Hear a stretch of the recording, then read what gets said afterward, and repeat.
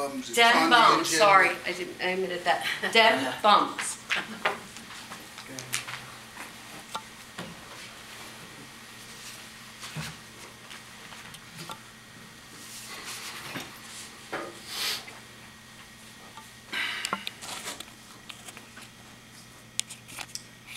How many of yous, how many of you grammatically correct, eloquent Toastmasters know what I'm speaking about when I say Dem Bums? I knew Mikey would know. Yeah, the older guys know. Dem Bums is a fugacious slogan attributed to the Brooklyn Dodgers. Of course. Madam Toastmaster, fellow Toastmasters, guests and future Toastmasters. I still remember the first time that my father brought me to Ebbets Field, the cathedral of the underdog, the home stadium of the Brooklyn Dodgers. As we walked under that humongous awning, the first thing that hits you is the smell of hot dogs, beer, and cigar smoke permeating the air.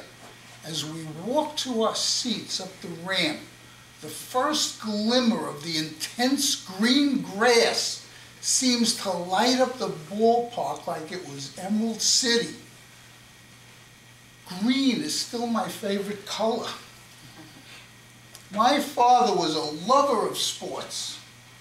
Basketball, baseball, football, horse racing, just about anything you could place a bet on. He had 5 radios in his house with a different sporting event on each one. But the connection that him and I made was baseball. My greatest moments in my life were just the moments I spent having a simple catch with my father. The movie, The Field of Dreams, is based on just a man and his son having a catch. There's a cult following to that movie. There are people who cry throughout the whole movie. I know that's true because I'm one of them. One day, my father and I were listening to one of the radios. It was a Brooklyn Dodgers game.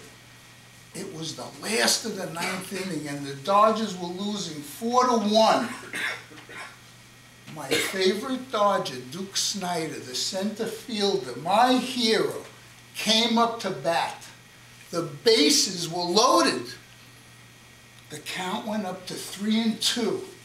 Red Barber, the radio announcer, called the play. And here's the pitch. And it swung on. It's a long fly ball going over the right field fence. A grand slam. The Dodgers win. Duke, I love you, man. I went berserk.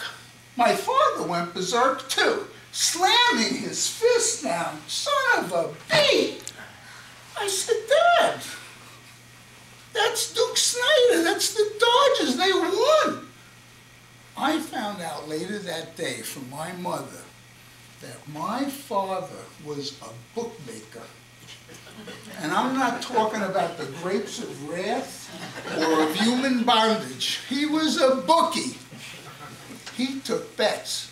My mother told me that our family doctor owed my father so much money that he used to call her up every morning to ask if anybody in the house was sick so he could work off his debt. How's that for 1950s health insurance? As the Dodgers continued to lose, my father became richer and richer. The Dodgers lost crucial games to the Yankees. Oh my God. The fans' lament was wait till next year. But in 1955, the Dodgers were on a roll. They couldn't do anything wrong. Roy Campanella, Jackie Robinson, Pee Wee Reese, all dreaming about their first world championship at the World Series. This put a lot of strain on my father because he kept losing. Everybody in Brooklyn wanted the Dodgers to win. Everybody, that is, except my father. And that put a strain on our relationship. Well, in July of 1955, when I was 12, my father had a heart attack, and he died. And I was devastated. I stood by my front door the rest of the summer with my glove and ball in hand, waiting for him to come home. That year, the Dodgers won the World Series. And the next year, they left to the West. My mother explained to me that when my father died, he went to heaven.